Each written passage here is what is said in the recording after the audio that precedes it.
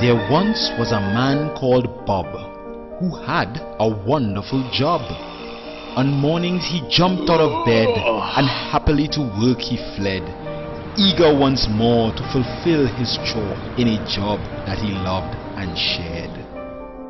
One day Bob got a call for which he was not at all prepared to hear or believe, for it meant that what he perceived to be most important to him would now be lost in a whim: his job.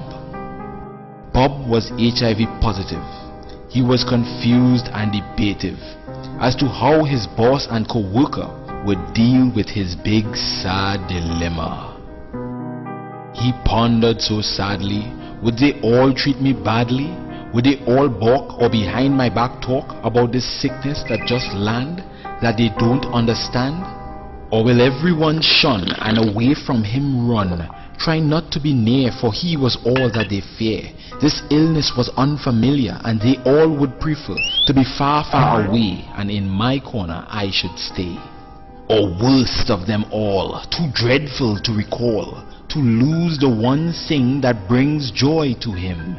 Because of this he sobbed, can he lose his precious job?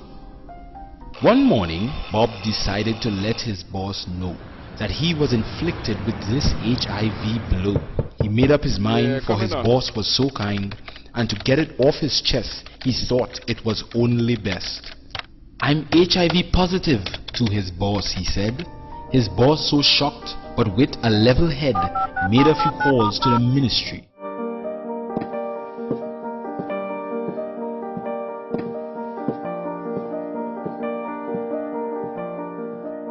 Right, so, is everyone here? Management, Trade Union, Human Resources Unit, Training Unit, Industrial Relations Unit, Occupational Health Unit. Thanks to all for coming. We were advised by the Ministry of Labor to develop our own workplace policy on HIV and AIDS. Now we are checking with page 31 of the policy to make sure what we have here lines up with the national policy. Now I know we all agree that HIV is a workplace issue and we do not want to lose any of our employees, and this company's leader will play a role in limiting the spread and effects of HIV and AIDS. Ladies and gentlemen, I want to introduce you to Bob, one of our staff who is HIV positive and has agreed to assist us in developing this policy. Bob, why don't you tell us some of your concerns? Well, I was very much concerned about disclosing my status and how my co-workers and even my supervisor would treat me once they knew. I was very afraid of being ostracized and even worse, being fired. After researching the National Workplace Policy on HIV/AIDS for Trinidad and Tobago, I know once we apply the 10 key principles of the policy in our company, we will be on the right track. Yes, and I think the first principle we should adopt is one against discrimination.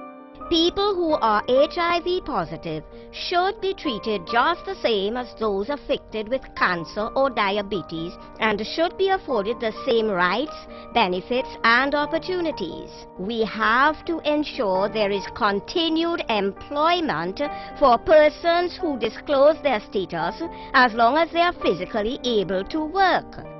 Workers should not be obliged to tell if they are HIV positive. We believe that this would amount to a breach in confidentiality. Provision of a healthy work environment is where HR can be most impactful. We will ensure that all staff members know how to use universal precautions to deal with blood spill, using gloves or face masks where necessary. Additionally, new job applicants will not be obliged to disclose HIV-related personal information, and we will not be screening for HIV for the purposes of employment. I believe that it is important to promote prevention efforts through workshops, posters, employee forums and newsletters for the creation of a non-discriminatory work environment. Additionally, we can create gender-specific programs in the workplace which would inform both men and women of their rights and responsibilities. This can be facilitated through a peer education program. I believe that the peer educator suggested can offer care and support by ensuring that workers are aware of and encouraged to seek assistance and counseling from agencies that offer care and support for persons affected by HIV. You know, I really appreciate how we all came together. You know, the policy has a big name for it. Social dialogue.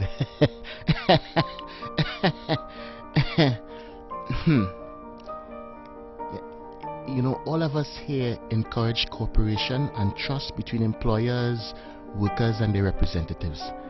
You know, and I am proud to be part of an organization that incorporates the contributions of someone living with HIV. Okay, the next step is to develop and circulate the document among all departments and identify a champion for this cause. Bob, I think this should be you. Read the ILO 10 steps to the implementation of a workplace policy on HIV, and this will help you to develop a program which we will evaluate and update every 6 months. Okay?